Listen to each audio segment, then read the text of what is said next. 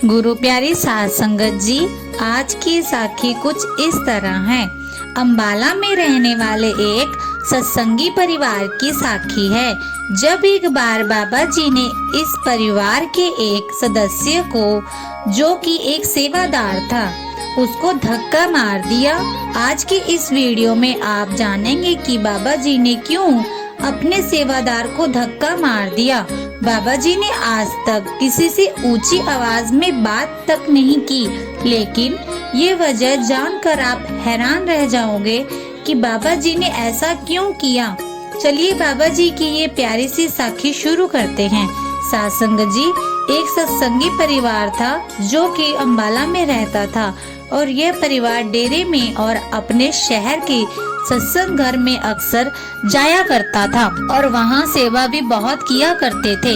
इस परिवार का एक बेटा था जो कि उस समय कॉलेज में पढ़ाई करता था। ये लड़का गलत संगत में पढ़ता जा रहा था और उसके सगी साथी भी गलत किस्म के लड़के थे। साध संगत जी, वो कहते हैं ना, जैसी संगत वैसी रंगत, और जवानी के इस पड़ाव में तो वैसे भी संगत का असर बहुत जल्दी होता है। एक सत्संगी परिवार में होने के बावजूद ये लड़का गलत आदतें सीख रहा था।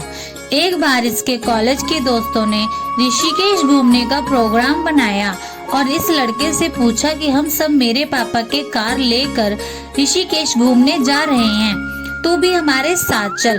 तो ये लड़का कहने लगा कि मैं अपने पापा से पूछ लेता हूँ और उसके बाद मैं भी चलूँगा।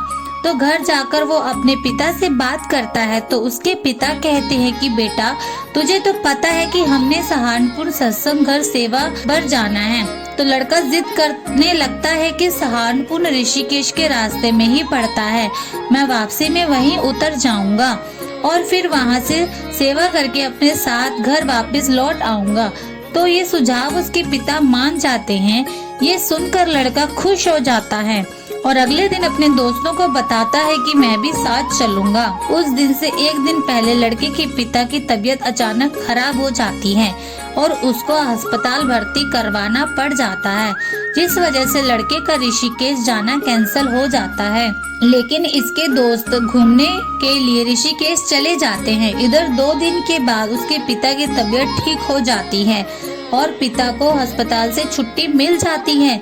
फिर ये पूरा परिवार खुशी खुशी सहारनपुर के लिए निकल पड़ता है, क्योंकि वहाँ उन्होंने सेवा करनी थी और रविवार को बाबा जी का सत्संग सुनना था। और ये जब परिवार सत्संग घर पहुँचा तो वहाँ इन सब की सेवा लगा दी जाती है और इस लड़के की सेवा बहुत दूर अलग से एक गेट पर लगा दी जाती है। और इधर इस लड़के के दोस्त ऋषिकेश से घूमकर वापस घर के लिए निकल चुके होते हैं और रास्ते में उन्हें याद आता है कि वो सत्संगी लड़का भी तो फोन पर कह रहा था कि पापा की तबीयत तो ठीक हो गई है और हम सहारनपुर सत्संग पर जा रहे हैं। तो इसके दोस्त रास्ते में सोचने लगते हैं कि सहारनपुर तो रास्ते में ही पड़ता है, हम सहारनपुर से उसको भी साथ अपनी गाड़ी में बिठा लेंगे, कम से कम सहारनपुर से अपने घर तक तो वो हमारे साथ रास्ते में मौज मस्ती कर लेगा। तो जब वो सब सहारनपुर पहुँचे तो गाड़ी को सत्संग घर की एक और मोड़ देते हैं और वहाँ पहुंचकर उस लड़के को ढूंढने लगते हैं। लेकिन ये लड़का उन्हें कहीं नहीं मिलता, क्योंकि उसकी ड्यूटी बिल्कुल अलग से और बहुत दूर लगाई गई थी। फिर दोस्तों की नजर लड़के के माँ बाप पर पड़ जाती है, तो वो माँ बाप से जाकर पूछते हैं कि वो कहाँ हैं। तो उसके माँ बाप बताते हैं कि उसकी ड्यूटी तो बहुत दूर लगाई गई है। ये सुनकर लड़के सोचते हैं कि अब हम कहाँ कहाँ उसको ढूंढते रहेंगे। तो ये सोचकर वो सब अपनी गाड़ी में बैठते हैं और वहाँ से चले जाते हैं और इसके कुछ देर बाद सत्संग घर में बाबा जी पहुँच जाते हैं। साध संगत जी, जैसा कि सब जानते हैं कि बाबा जी अक्सर अपने सेवादारों को स्पेशल दर्शन देते हैं। तो उस दिन शाम को बाबा जी ने जब वहां पहुंचे तो बाबा जी ने सभी सेवादारों को बुलाया और सब पर एक दृष्टि डालते हुए आगे बढ़ रहे थे। तो जब इस लड़के के सामने जैसे ही बाबा जी पहुंचे तो उसको देखकर बाबा जी ने उसको हल्का सा धक्का मारा। ये देखकर सब हैरान थे कि बाबा जी ने ऐसा क्यों किया।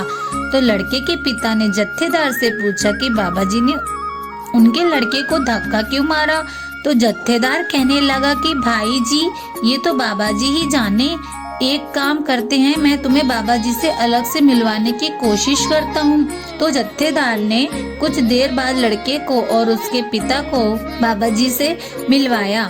लड़के के पिता ने बाबा जी से हाथ जोड़कर पूछा कि बाबा जी, आपने इस बच्चे से क्या गलती हो गई थी? तो बाबा जी कहने लगे कि नहीं भाई। तो पिताजी बोले कि बाबा जी, आपने सबको दर्शन दिए लेकिन इसको धक्का दिया, इसलिए मुझे लगा कि बच्चे से जरूर कोई गलती हुई है।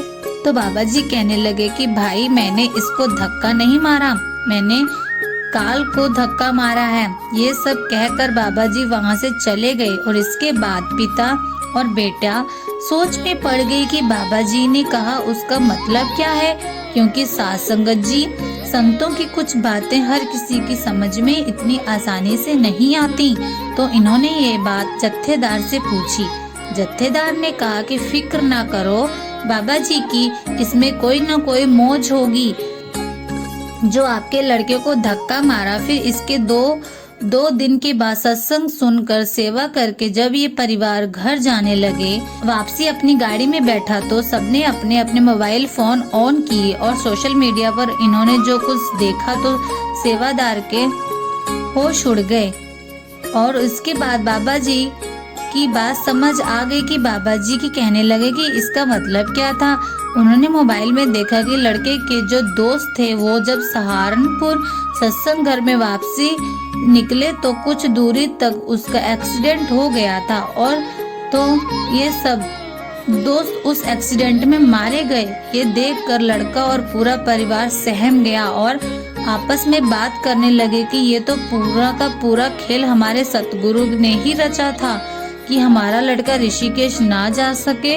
इसके ऋषिकेश जाने से ठीक एक दिन पहले मेरी तबीयत अचानक खराब होना और इसका ऋषिकेश जाना कैंसिल होना, फिर सत्संग घर में लड़के की ड्यूटी इतनी दूर लगाया जाना और इसके दोस्त तक पहुंच ना सके, ये सब परिवार एक चमत्कार जैसा लग रहा था। साथ संगत जी, जब हम किसी पूर्ण गुरु की शरण में आते हैं तो हमारी संभाल की जिम्मेदारी सतगुरु अपने ऊपर ले लेते हैं। सतगुरु के खेल निराले हैं जो हमें कभी कभी समझ में आते नहीं। हमें तो बस सतगुरु के हुक्म में रहकर चलना चाहिए और सतगुरु पर पूरा विश्वास करना चाहिए। तो जाते जाते साथ संगत जी, बाबा जी की ये प्यारी सी साखी को लाइक और शेयर जरूर करें ताकि सभी सत्संगियों का इसका लाभ मिल सके।